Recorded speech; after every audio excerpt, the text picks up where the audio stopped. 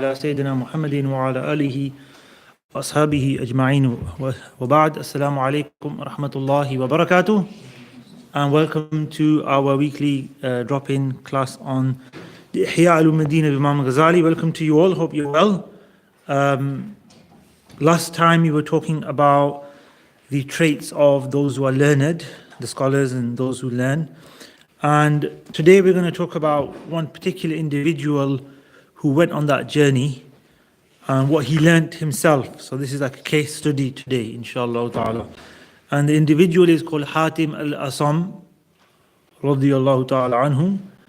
And his teacher was Shaqiq Al-Balkhi, rahimahullah ta'ala as well. So Hatim Al-Asamm was from, these are the early Muslims, so in like the 3rd, 4th century AH, right? 1,000 years ago, really long time ago. From the first 3 generations of, or 3 centuries of the early Muslims. So Hatim is his name, but Al-Asamm means the deaf. What does Al-Asamm mean? The deaf. Why was he deaf? He wasn't. So why did he have this name for? What happened was, obviously he was a learned person, a wise person, so people would come to him and ask him questions and talk to him and, generally kind of ask him stuff. So one day a lady came to ask him a question, some fiqh question I think it was, on some rulings, and while she was asking the question, she accidentally, which can happen to anybody, she accidentally released wind out loud. And she stopped all of a sudden, obviously embarrassed, blushing, whatever. And Hatim, listening, said instantly, his natural reaction was, "I'm sorry, what have you been saying all this time? I can't really hear you. I'm not very good at hearing things, right? So apologies, maybe I was trying to lip read this, that." So she thought, oh, he didn't hear anything. So she really smiled and she said, "No, it's okay, it doesn't matter." She goes, "What do you mean it doesn't matter?" She goes, "No, it's okay, everything's fine. Everything's fine." She went away happy. She came with problems and questions, but after, the so-called embarrassment, she realized that, or she thought he was deaf. Right? He played this for her, obviously not to embarrass her, to think of her feelings, and she went away happy. She didn't get an answer to a question, but she got, happy and quite, upbeat about the whole situation. And she went, and from that day on, people who knew him and knew what happened, they called him Hatim the Deaf. Al-Asamm, this is his title, actually means the deaf one. Summun, bukmun, umyun. Summun in Quran means the deaf. Al-Asamm, somebody who's deaf, can't hear. His teacher, Shaqiq al-Balkhi, who was from Balkh, right? That's where he's from. There's a story of him as well, just to show you who he was. I'm just mentioning one kind of narration to give you a context, but the great scholars from, great men of Allah from 1,000 years ago, many narrations about them, their lives full of, blessings. So I think one of the pious people he met, they were both kind of together, and he met him and he asked Shaqiq, or Shaqiq asked him, "How are the people in your city?" I think it was Maru or something like that, in Persia somewhere, right? Khurasan areas. He's from Balkh, which is from Khurasan, central Khurasan. So he's from another city close by. So the person replied, the other great man of Allah, scholar, he said, "Alhamdulillah, they're good. When they're given, they're thankful, and they thank Allah subhanahu wa ta'ala. When they don't have it, those that don't have anything, they're patient. They have sabr. And alhamdulillah, there's no complaints from the people, and there's no lack of gratitude." So Shaqiq said, "Really? You've just described the dogs of Balkh. You just described the dogs of Balkh, where he's from." Right? Shaqiq's telling us, because where I'm from, the people, when they are given, they prefer others, and they give to others. And when they are not given and they're in difficulties, they are thankful. They're not patient, they are thankful. Showing him a higher level of the people of Balkh. Obviously, he was the senior of the two, but he was teaching him as well. He wasn't belittling the other city or the people. He was telling him, look, this is what you need to aspire to. Yes, everybody thanks Allah for the blessings, and everybody tries to be patient for the difficulties or during the difficulties. But this is what you need to try to strive for. When you're given, prefer others. This is the way of being thankful, share, give, prefer. Ithar is a beautiful characteristic in Islam. And when you're not given, be thankful at that time. What is, patience, be thankful. So he's raising his state, he wants to teach him. So he was a great teacher. His student Hatim accompanied him for over 30 years. It says here, he asked him one day, the teacher, Shaqiq, asked the student Hatim, how long have you accompanied me? At that time he said, 33 years. So at that time it was 33 years he'd been in the company of his teacher, and that's how it was in the past. Students were with their teachers for 20, 30, 40, 50 years. They didn't leave their teachers and become independent. They used to always sit with their teachers. Obviously they would teach elsewhere, they would be given roles to do and etc., but they would always go back to their shuyukh and their teachers. So then he said, okay, in these 33 years, what have you learnt from me? What is it that you've learned in 33 years? It's a big question as well, because 33 years is not a small amount of time. What have you learned in 33 years? So Hatim, rahmatullah alayh, the student, he replied, I have learned from you 8 things. How many? 8 things. Do you want to know what they are? Or shall we just go home? Okay, let's go for it then, alhamdulillah. So Hatim obviously actually says in the narration that he was surprised that, just 8 things, what 8 things are they? So he asked him, what are the 8 things that you have learned from me? He actually said in the following, this is what he said. He said, verily we are Allah's alone and to Him we belong. Inna lillahi wa inna ilaihi raji'un. My entire life has gone by with you and you have learnt but 8 things. All my life, 33 years I've given to you, and just 8 things. Hatim, trying to, obviously tell him, and obviously in the answers you'll see it wasn't just 8 things, it was amazing things. Hatim responded, oh my teacher, I learned only these, and it is not my wont to lie. I don't want to lie. So he said, tell me these 8 matters so I can hear them and understand what you've learned. So these are the 8 things. Number 1, each element or each piece of knowledge, each wisdom, each lesson is massive. We could do a talk on each one. Each one itself is a lecture, a subject to study itself, and so much to talk about. So we're going to maybe expand on each one a little bit today, not just read off the 8 and just say, charity and gratitude and preparing for the akhirah. We talk about these inshallah, because Hatim presented them in this way. He gave a reason. He actually beautifully representing them. So he said, I observed mankind. I looked at people. I was looking at what's going on. And I saw that everyone an object of love. Everybody looked at something with love, with attachment of the heart. By the way, I mentioned last week, I mentioned again, Imam Ghazali has got another book called Ayyuhal Walad, which means, oh my dear son. It was a letter which he wrote to one of his students giving advice. Beautiful book. This narration he includes in that letter. And here he says in that letter that I've basically, in my letter to this disciple, I've summarized for you the Ihya Ulumuddin. So this is something mentioned in the Ihya Ulumuddin here, in this section here, talking about scholars and learning and what you learn over your time. But it's also a piece of advice he gave to his student, right? He called him, oh my dear son, but his student was in his 30s, 40s probably, right? And the reason I call him his son, or child actually, Ayyuhal Walad means, oh my dear child. Why do you call him a child? Because son could be any age. Child is a young person. Because, and this is something that many scholars have mentioned, is that when somebody spiritually changes or starts a spiritual self-development, self-rectification, purification of the heart process, that's a birth. So you're a child in the spiritual world, right? So Imam Ghazali, this student wrote in the context of, he said actually in the letter to Imam Ghazali, I spent many years with you, I learned all these things, he's a great scholar, this student, but there's something missing in my life. There's a void. I'm lacking something, and I don't feel like the knowledge is enough. There's something more. And he's talking about the spiritual void. He's talking about this self, growth. So Imam Ghazali wrote the letter in that regard to him. Beautiful book, beautiful letter. It's a printed in a book or booklet. It's not that long. So it's a recommended read of Imam Ghazali without a doubt. It's translated, I think it's got 3-4 translations. It's a short work, so it's translated by many or quite a few people into English. So you'll find a few translations of this book. Oh my dear child, oh my beloved son, oh my disciple in some translations, right? Ayyuhal Walad in the Arabic. So the first thing that he mentioned, and this is the beauty of Imam Hatim Al-Asamm, he doesn't just say, I learned this. He tells you how he got to that lesson. So he said, I observed mankind and I saw that everyone had an object of love. And everybody remained with that beloved throughout their lives. That's what we want to do. We want to be with the people that are beloved to us, or the things that are beloved to us. But until the graveside. And I saw that everything that people loved, he abandoned them at the grave. He never went with them to the grave. He left them at their grave. At the graveside was the furthest he ever went.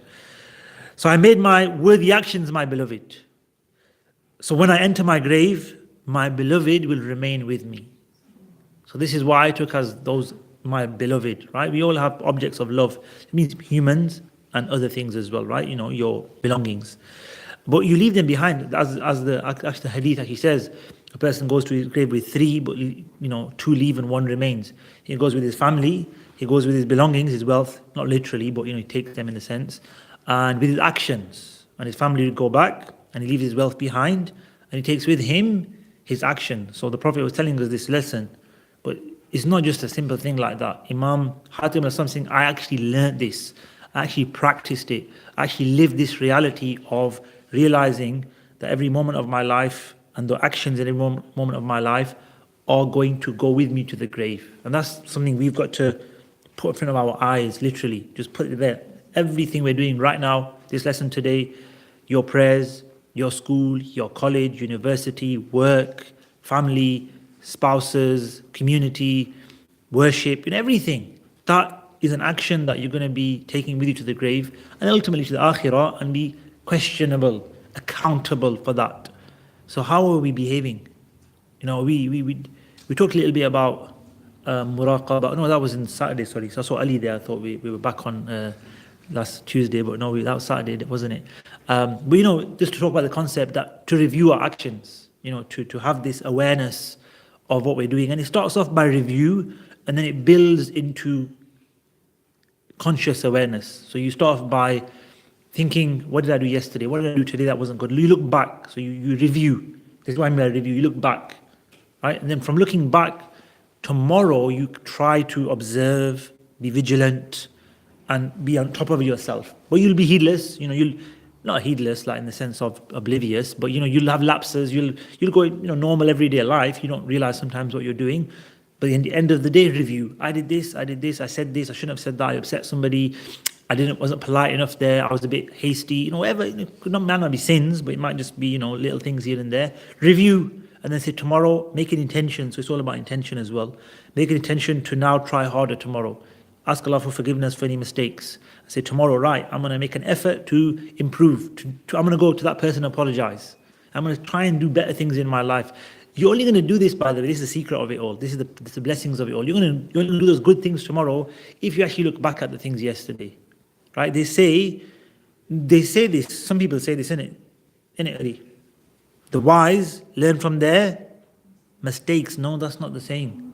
Some people say that. The saying is, the wise learn from other people's mistakes.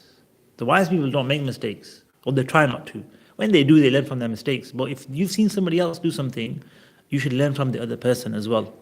Right? So reviewing yourself and your life and what goes on around you. So in your review, you might review something and think, I saw that person do this. That person actually, alhamdulillah, I didn't do that. So you don't be boastful or arrogant or proud of not doing that and thinking that person's bad. But you thank Allah that, alhamdulillah, I was protected from that, or I was avoided that. But then you're like, okay, I need to avoid that as well. Because what happens if you don't? What happens if you think, I'm better than him or this, that? You'll fall into that tomorrow. You'll fall into that mistake tomorrow or the day after, right? So belittling others or thinking you're, better because you were protected by Allah is not that right attitude.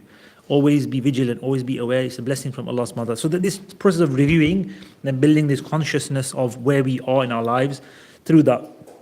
So then he said, well done, O Hatim, Shaqiq declared. What is the second? So, that he was pleased that this is what he's learned, he's practiced. I'm not saying learn. This is what he's practicing, he's acting upon for these 33 years. This is what he's come to live a reality of.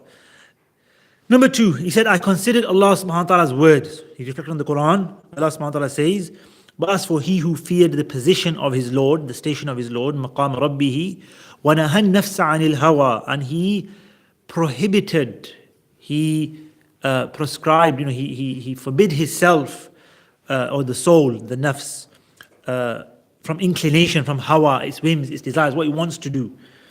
فَإِنَّ الْجَنَّةَ هِيَ الْمَأْوَى. Then surely Jannah is his abode, is his place of ma'wa. Ma'wa is a place of protection, his refuge. And then he said, I knew, and this is the real thing, right? This is the real lesson. He said, I knew Allah's words, subhanahu wa ta'ala, were the truth, were haqq. I didn't just read the Quran, I believed in the Quran, I understood it to be the truth. So I began working against my soul. Because what is it? You fear Allah and you nahan nafsa, you prevent your nafs anil hawa, on what it desires. We don't do that. We eat, we drink, we enjoy ourselves, we relax, we lie down. We don't want to do the extra rakats of prayer, or spend more time doing this, or do a little bit more khidmah for someone, or even spend time with family, like, or leave me alone, I've had to have a tough day, I've got a headache, rather than just be polite for a few more minutes. We always want to think of ourselves. That's the nafs. That's what the word is in the Quran. وَنَهَا النَّفْسَ, this whimsical nafs, right? This one that wants you to just enjoy or relax or get away from, responsibilities and just be free. It's a nice world, I know. I love it as well. But it's not the real world. It's not the real task Allah's given us. Life is a struggle. Life is a struggle. And the quicker we realize that, and the more efforts we make, like Imam Hatim Al-Asamm, he said, I realized this. Allah's words were true. We fear Allah, we have to work against ourselves. I realized this, I started to do that. I struggled against myself, my soul, restraining it from pursuing its passions, until eventually settled into obedience to God. This is what it's translated as, right? It settled into or upon obeying Allah subhanahu wa ta'ala and surrendered. Khalas. Because it's not at the moment, I'm speaking for myself first and foremost, surrendered. It wants other things. Like the Prophet ﷺ said, لا يؤمن أحدكم حتى يكون هواه, same word hawa. None of you truly believes until his desire, until his whim, his passion. يكون حتى يكون هواه تبعا لما جئت به. As mentioned by Imam Nawawi in this 40 hadith, and he mentions the reference there, it's a sound hadith. Until his desire becomes taba'an, follows. It's secondary too. It follows what I came with. What the Prophet asked, the Sharia, the commands of Islam, the Quran, the Sunnah. That's when you have true and complete Iman. Imam Hatim Al-Asamm, he's telling you, he's not claiming that, he's just saying that I learned this lesson, and of course, we acknowledge that he had a high level of Iman, rahmatullah alayhi, because he was practicing that reality. He was struggling against himself, and he said, I found that it's submitted, surrendered. So we need to do the same. We need to fight against the nafs. And you never know, you might start seeing signs of some compliance, some progression, some, control, self-discipline, right? But if you don't make an effort, you're not going to ever know. If you never try something, you're never going to know, right? Somebody says, there's 10 people on the table and they're all tasting the honey, and you're like, yeah, alhamdulillah, it's probably nice, but I'm okay. You're never going to know what honey tastes like.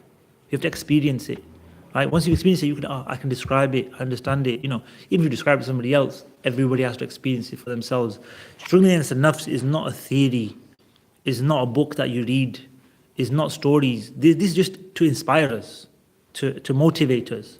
But reality is, you have to make an effort on yourself. You have to get up. Fajr is a struggle, right? 5 daily prayers are a struggle for us, right? That is the struggle.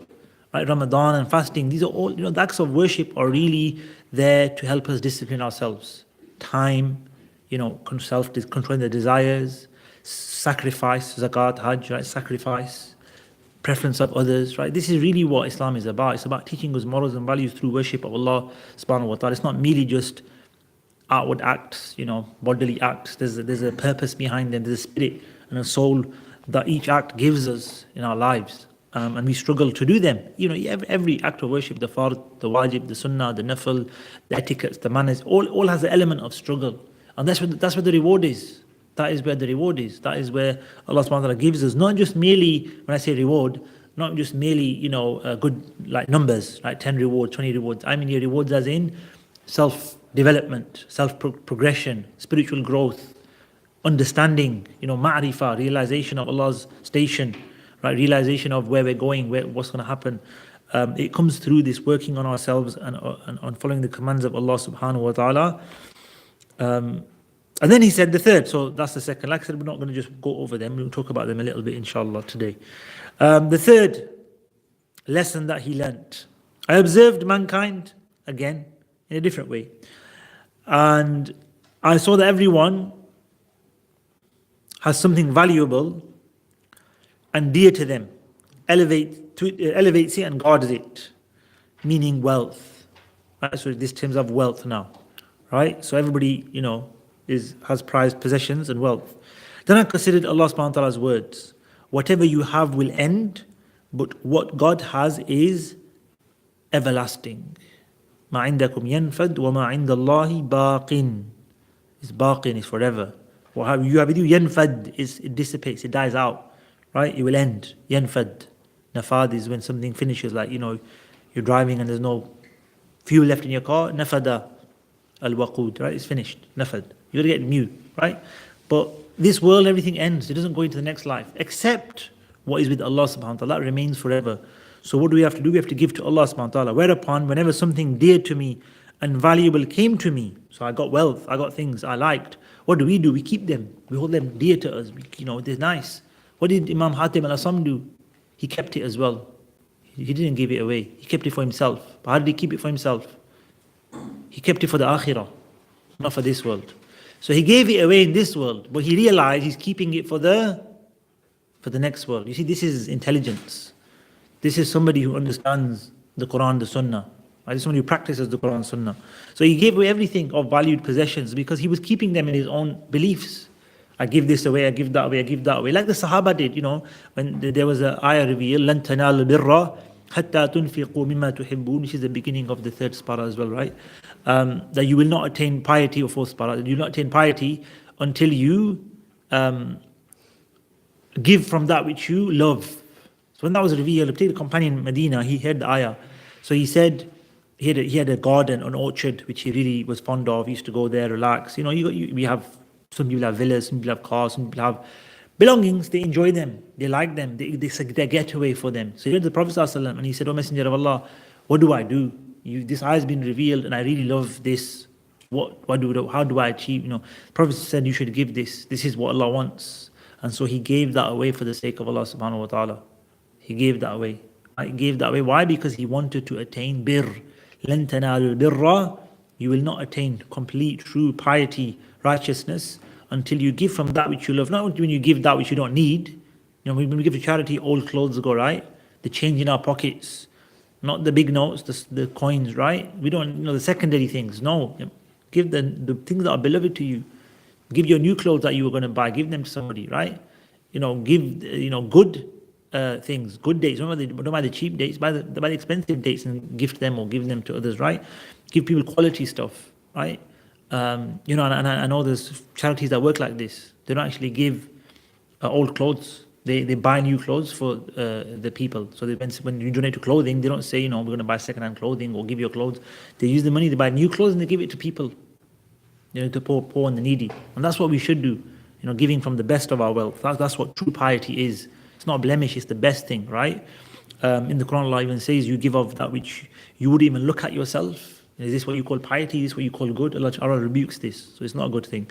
So he realized that, so he gave away, not just gave away what he had, he gave away the best of what he had, which is the peak of Iman, as we said. Right? So that's something that we need to learn from. The fourth, I observed humankind and saw every one of them depending on wealth, social stature, nobility, and kith and kin. I considered them carefully and found all to be of no value. All of these things that people relied upon, there's nothing in them. They can't protect me, they can't help me. And then I regarded Allah's words: the most noble of you in the sight of Allah is the most righteous of you. Whereupon I undertook to attain piety, taqwa. Inna akramakum indallahi atqakum. Surely the most noblest of you in the sight of Allah are the atqa, the most God conscious, God fearing, the most pious, the people of taqwa, the best in taqwa. And so he said, that's why I took upon myself. I wanted to be noble before Allah, not before the creation. I wanted to have status before Allah, not to boast to anyone, but to be beloved to Allah, just to be accepted in the court of Allah, to have some value before my Lord. Don't want to be a flea that's got no value, right? As the hadith says, had this dunya isn't worth, had it been worth a flea or a fly, the wing of a fly, actually, the hadith, Allah would not have given it to a disbeliever, right? Meaning that it's not worth anything, so everybody gets it. Believers, disbelievers, people who, curse Allah, those who love Allah, everybody gets the world because it's not worth anything to Allah subhanahu wa ta'ala, right? So this is, what we need to understand. Value is what with Allah subhanahu wa ta'ala, not in this world. Amassing, acquiring, having connections to people in this worldly connection. It may give you status for this, like the previous one, for a temporary time. It might make you feel good. It might give you that position in your heart, which is a disease, by the way, is a bad thing. Wanting fame, wanting position is a disease of the heart. Wanting leadership is a disease of the heart. And it's something that the scholars talk about, that we have to rectify and purify our hearts. It's one of the most difficult things as well they talk about. To get this out of the heart and to purify the heart of leadership, love of leadership, love of fame is one of the most difficult tasks in terms of purification of the heart. Scholars mention this in their books. But that's what we want to achieve. That's what we want. So one of the best ways to achieve that and to get to that level is because human beings will always want status. We always want, human nature, isn't it? We want some kind of belonging. You want to feel accepted somewhere or have a feeling of value somewhere. And that's the human nature, and it's good. That's what Allah's put in us, created in us. But not for the world. Allah put that in us so that we strive for that with Him. That, Ya Allah, I want to be special with you. I want to work hard for you. I want to sacrifice for you. So whatever I do, inshallah, hopefully with your mercy and kindness and bounty, on the day of judgment, in the next life, I'll have something, maybe that'll cause me salvation. Hopefully, you don't want to think you're going to get a massive status, but that is the hope. That is the ultimate request from Allah subhanahu wa ta'ala. It's in the hands of Allah, and we do hope in that. And we're not guaranteed anything. So this is what he'd strive for, and he realized the key to that, the road to that was taqwa, God consciousness, God awareness, right? Where Allah wants me to be, I'm there. Wherever He doesn't want me to be, I better avoid. Whoever He wants me to be with, I'm with that person. Whoever He wants me to avoid, I'm not there. Whatever actions He wants me to do, I'll be doing them. Whatever actions He wants me to avoid, I'll stay away from them, right? So, being aware of what Allah wants, time, people, places, actions, we need to be aware of all these things. And then he said, the fifth, I observed humankind, I saw some people blaming others and some slandering others as well, right? All this derived from envy, right? Envy. So, you want wealth, so you envy people. You want position, so envy, and then you slander, then you fight over the world, etc., right? And, you want a better deal, you want this off, that off, you start, telling a few fibs to get a better deal or get a bit more money out of people as a business person, etc., just for the sake of this world. That's all it is, right? So he says, I observed mankind, I saw some people blaming others and some slandering others, all this strive from envy regarding money, fame, and knowledge. Then I considered Allah's words, it is we who have appointed among them their livelihood. نَحْنُ قَسَمْنَا بَيْنَهُمْ. Right? We are the ones that have distributed, apportioned everybody's rizq, everybody's sustenance. There's nothing more than what Allah has decreed. There's nothing less than what Allah wants for you in the life of this world. So, Hatim Al-Asamm said, I abandoned envy and avoided frequenting the crowds of people. And then, knowing that our provision in this world is God's province, God's command, I forsook enmity against everybody. No need to fight anyone for anything. Allah's going to give me what's apportioned for me. He didn't say I sat at home and didn't do anything for it. He worked. He strived for his wealth, but he worked as we'd all have to work for it. But with morals, upright character, not getting in arguments, not fighting over things, letting the dunya go. If they want more money out of you, give it them. Don't. If they're lying to you, let them lie to you. Don't fight over the dunya. This is a rule, by the way, and it's not something that is easy. But if you give away this dunya, even if you're in the right, to somebody who's trying to cheat you, usurp you, obviously if they can't get away with it, don't let them get away with it. But if they've got away with it, or they've kind of, dunya over, as they say, then let it go. For the sake of Allah, let it go. Don't hold a grudge. Don't get your heart all preoccupied. Don't start hating people and becoming all upset. Let it go. And just say, Ya Allah, I forgive the person. Ya Allah, forgive him, because I don't want him to be punished on the day of judgment for his wrong he's done to me. That's how we should be. People say, no, he's going to get sorted out on the day of judgment. No. Let him go, forgive him. Why? Allah will give you more in this life and the next. And like I said, that's really what happens. Now, you can't test it out. Now, don't start getting in trouble and then people take money off you and say, right, I'm doing it for the sake of Allah, let's see what I get. You can't do that. If it ever happens to you, then forgive those people and you'll see that Allah gives you more in return. Right? Don't go looking for it, but if it happens to you, then be patient, forgive, and don't compete with the people for this world, and you will find Allah subhanahu wa ta'ala gives you much more in different ways sometimes. It might be more wealth, it might be more openings, it might be more happiness. It might be, all problems are removed from your life, whilst all those people with all that money, they got 101 problems with it. Do you want the money and the problems they've got, or would you rather, be happy with where you are? Right? To give you an example, how many people here, if I gave you £1 million, would give away their eyesight to me? Anybody willing to sell their eyesight for £1 million? Right? So £1 million, is it worth your eyesight? It's not even worth one of your eyes. Right? It's not worth it. So what's £1 million now? Nothing. Eyesight is a big blessing, right? And those who haven't got it understand. But because it's a given for us, or supposedly a given natural thing, an everyday thing, we don't really appreciate it. Right? So there's lots to be appreciative about that. We need to recognize and not get into the fight for this world, right? Let that money go. It's not worth anything. Ultimately, it's not worth anything, right?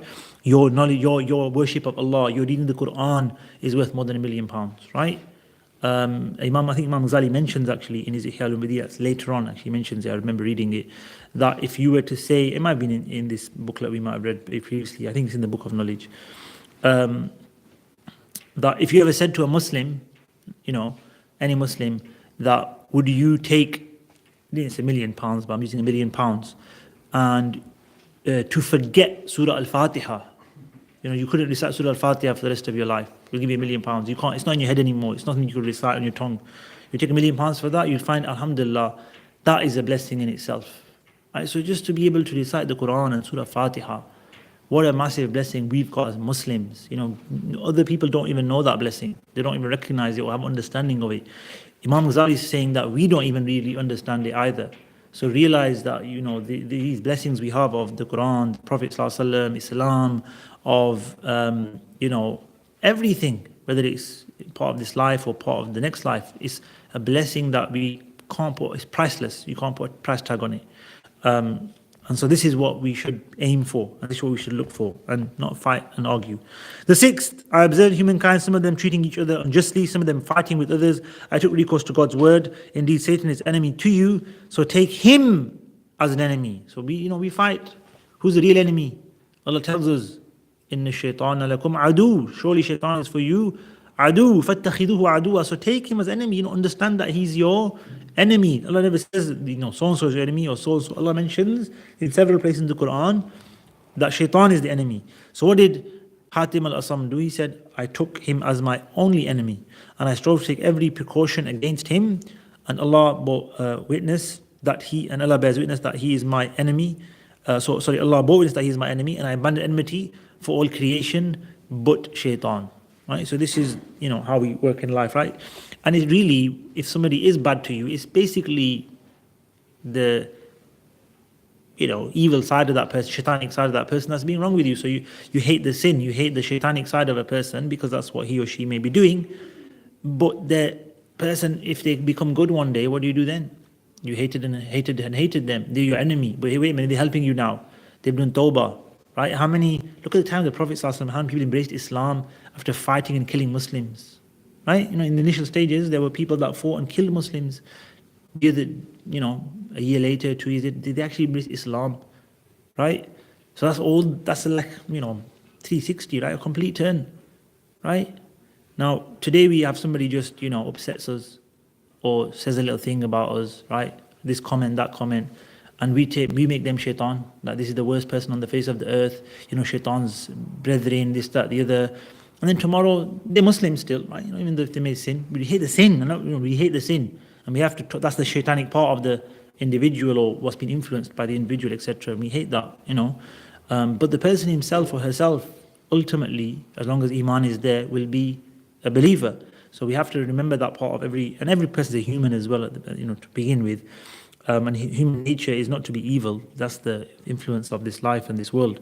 Human nature, Allah created us to do good, right? But the angels knew that the potential was there to do evil. So they said, oh Allah, you're going to create somebody who causes bloodshed and corruption. Well, you've said, he's going to cause fasad, right? And have evil on the earth. And Allah says, I know that which you don't know. Meaning the potential in a human is so great that it should be better than that, right? That's what Allah is saying. And that's what we need to realize, that good, that positive, good potential in each and every one of us. The seventh lesson, I observed my humankind and saw each of them striving earnestly for a crust of bread in this world, right? We all want a living. Humiliating themselves and falling into illicit practices to get, like we talked about earlier, going into haram to get a bit more money. Then I considered carefully his words, and there is no creature on earth but upon Allah is its provision. And knew that I was one of the creatures of Allah for whom of the earth, for whom God had guaranteed its provision. So I occupied myself with what I owed him and abandoned what he owed me. So this is the real lesson here, right?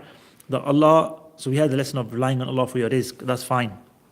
But we put all the efforts in acquiring things for ourselves, right? That's where our efforts are, for our, families, for our wealth, our, homes, whatever. It's all about amassing and getting more and finding the luxury in life and ease, and that's why everybody invests, builds up to, upgrade the car, upgrade the house, upgrade everything just to find ease, luxury. That's it.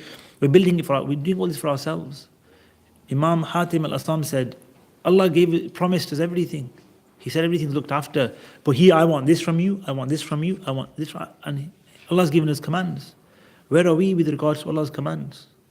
That house you've got, that car you've got, the family you have, it's from Allah subhanahu wa ta'ala. You can claim it's your hard work, but without Allah's mercy and bounty and His kindness, you wouldn't have any of that. So everything's from Allah subhanahu wa ta'ala. Now what has He asked you? He's given you everything. But what has He asked you of? We don't know, do we? Right? This is the real question. This is what Imam Hatim Al-Asamm pursued. He said, I abandoned everything else and I pursued what Allah wanted. The eighth, I observed humankind when I saw them all placing their trust in created beings. I saw people, they relied on each other.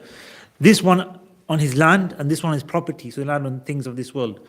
This one on his business and this one on his profession. And this one on his physical well-being, right? This is what we learn, our strength, our jobs, our skills, our intellect. Every created being places trust and relied on another created being, thing like himself.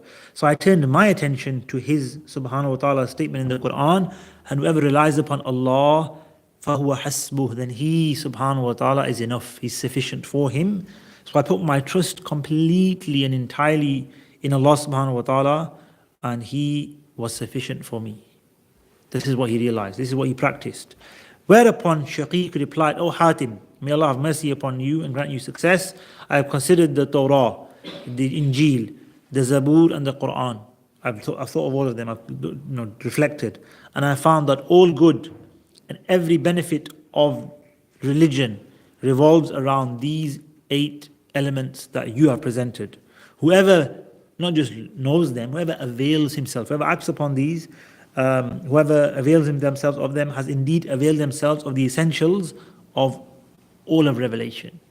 This is it. So 33 years with me, you got the gist, you learnt, you practiced, he's realized, he's achieved. And then Imam Ghazali says, only the scholars of the hereafter devote themselves to the deep understanding and perfection of this branch of knowledge. The scholars of the afterlife, not the scholars of the dunya, the after positions, fame, money, the nice food, this, that, the other, and that's not the way of the true scholars. And if you see a scholar indulging in the world, if you see a scholar neglecting worship of Allah subhanahu wa ta'ala, if you don't see them actually living what they teach, then soon you'll find them having no one around them. We ask Allah subhanahu wa ta'ala to give us the ability to act on these 8 lessons that were learned and then passed on by Imam Hatim Al-Asamm radiyallahu ta'ala anhu, may Allah be pleased with him, and from his teacher Shaqiq al-Balkhi radiyallahu anhu as well. And we will conclude there today. That was the plan for today. So that was the section on the things that a scholar needs to be doing. I think that kind of explains it. Everybody needs to be doing those things. But that is really how we need to be aware. And then this section of the book about Ghazali is the akhlaq of the learned, the characteristics of the learned and what they need to be aware of as well, what to be, protect themselves from. So we'll conclude there on that section. Include amongst the things is that one's certitude should be increasing, one's worship should be increasing. We mentioned increasing. One mentioned some of the things. One shouldn't indulge in the dunya. and one should be, helping others and so forth. And then Imam Ghazali talks about a few other topics which we'll talk about inshallah next week, to do with the remembrance of Allah subhanahu wa ta'ala, and admonition, for instance, right? Guiding others, and moving on to the kind of final section of the book, or the final chapter of the book, inshallah ta'ala, which is on the intellect and its noble nature, its real nature and categories, right? So the aql, and what is the aql, and so forth, right? Al-aql, which is rational faculty, intelligence, a nice topic as well. So that's our topic for next week, the aql, inshallah ta'ala. And that will actually conclude the book of knowledge, really. I'll summarize the whole section. We can actually read it, it's not that long.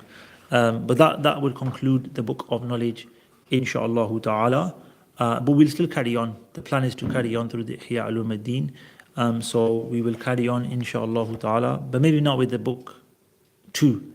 We'll have some breaks not breaks in the lessons, but we have other lessons from Imam Ghazali. And then what we'll do is after Ramadan, we'll start book 2. I think it'll start fresh after Ramadan. So because why? It's a totally different topic. It's Aqidah. So book 2 is on beliefs. So Allah is one. Allah is all powerful. Allah is, hearing, seeing. There's a day of judgment. The Prophet ﷺ is the final prophet. He was the messenger of God. He had miracles. He did the night journey. So what you learn in Aqidah is basically what we're going to do next. But I don't want to jump into that now. I think we're going to have it's like a couple of months before Ramadan. It's still about 6 weeks before Ramadan, I know. Or should we start it early? What do you think? I think give it till after Ramadan, and let's warm ourselves up to that, inshallah ta'ala. Yeah. We'll go through, so what we'll do is, I was talking in the other class to, in our Saturday classes in the year ones, talking to them about another book of Imam Ghazali called The Way of the Worshippers, Minhaj al-Abidin, where he mentioned 6 obstacles for the worshippers. So what I was thinking to do was to go through those 6 obstacles and summarize the whole book in a sense. So what are the 6 obstacles? Shaitan, your nafs. So go more into that with the discourse of Ghazali. The dunya is an obstacle, right? A lack of knowledge is an obstacle, like knowing what to do, what not to do. So learning and how that is an obstacle. And there's 6 altogether. So we'll go through those 6 before. There's about 6-7 weeks for Ramadan, I think, of our classes. So that's the plan, to go through those 6. So that's what I meant when we'll carry on, but not the Ihya Ulumuddin. We'll go through that particular book. A summarization. The book is available in English, by the way, as well. It's called The Methodology of the Worshippers, The Way of the Worshippers. Again, a couple of translations, because it's not a long book. It is long, so it's about this size. It's about this book, maybe a bit less than this. But this is 40 volumes. This is there's 40 of these for the Ihya Ulumuddin, right? Or 39 more. But that's just one book like this. So we'll go through that. We'll go through the 6 chapters of it, or the 6 main parts of it, in 6 sessions, inshallah ta'ala. But not next week, the week after. Next week we'll go through the aql, talk about the intellect, and then I think we've got 6 or 7 weeks left. I was looking at the calendar, but we'll do that, inshallah. And then we'll have a break at some point in Ramadan as well, and if not the whole of Ramadan, depends. And then we'll come back in June for book 2 of Imam Ghazali's. We haven't finished book 1 yet, but we'll come back for book 2. That's the plan. So I've been planning ahead and looking at the calendar. We're planning our Ramadan timetable here at the center, and we're planning our summer activities. There's a brothers retreat coming up from the 21st to 24th of June. Where is it, Shiraz? Snowdonia, the Snowdon Lodge. Is it called the Lodge? Yeah, in Snowdonia, right, Wales. So we're going to go Wales. We're going to go to the beach as well, the coast. We're going to climb Mount Snowdon. We're going to do some other physical activities. Can't tell you that. Last time we did a hill scrambling, which is basically going up a riverbed, which is very good, mashallah. So we'll do some more activities. But it's for brothers only. And ladies will have their retreat at some point in the summer as well. So this is in June. So it's a couple of weeks after Ramadan. And we've got other things planned in Ramadan at the center for brothers, for sisters, for everyone, for children as well. And then post Ramadan, we've got summer seminars, courses, activities, children's summer camps kind of thing. Live further on in the summer when the holidays start. So we're just planning ahead. So yeah, that's why I'm kind of sharing with you kind of the plans. So thank you for coming today. Hope you benefited. Any questions are welcome. Sorry, like we have some time for questions. So good, it's 8:15. So questions are welcome. Bismillah.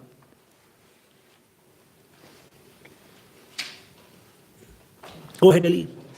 Sorry. It's more of a question, which you said obviously it'd be nice taking us to into Ramadan, some kind of to kind of synthesize what we've learned and how we can practically, because it's a lot of content, and if we can have some kind of practical way of doing something that touches on each part of the book, then there's more of a chance for the knowledge to be retained. So you mean like kind of I could prepare for Ramadan type stuff, that we can think about how in Ramadan we should be doing things practically rather than just mention. There's a lot. You're right. There's a lot of talking. So let's get practical a bit, yeah. Because Ramadan is a good time. I mean, every time is a good time. You should always. But Ramadan is a big opportunity, isn't it? So we should, and without a doubt, the Sahaba used to prepare, 6 months in advance for Ramadan, right? They were focused. So yeah, it'd be good. Actually, that's a good suggestion. I think we'll do something on that. Because that would be, my language is that would be the money. Yeah. To actually. That's right. Yeah. No, thank you for the suggestion. Definitely. Might even do some gatherings here for people to come and spend time here and stuff and worship Allah and talk about these things and kind of get a plan together and focus, inshallah. Wait, so you had a question? No. Okay, anyone else? No? Okay, thank you very much. Same time next week, 7:30. What's the topic? The aql, intellect. So we'll talk about the aql next week, inshallah. Assalamu alaikum wa rahmatullahi wa barakatuh. Assalamu alaikum to our viewers at home as well. It is live stream as well. So assalamu alaikum.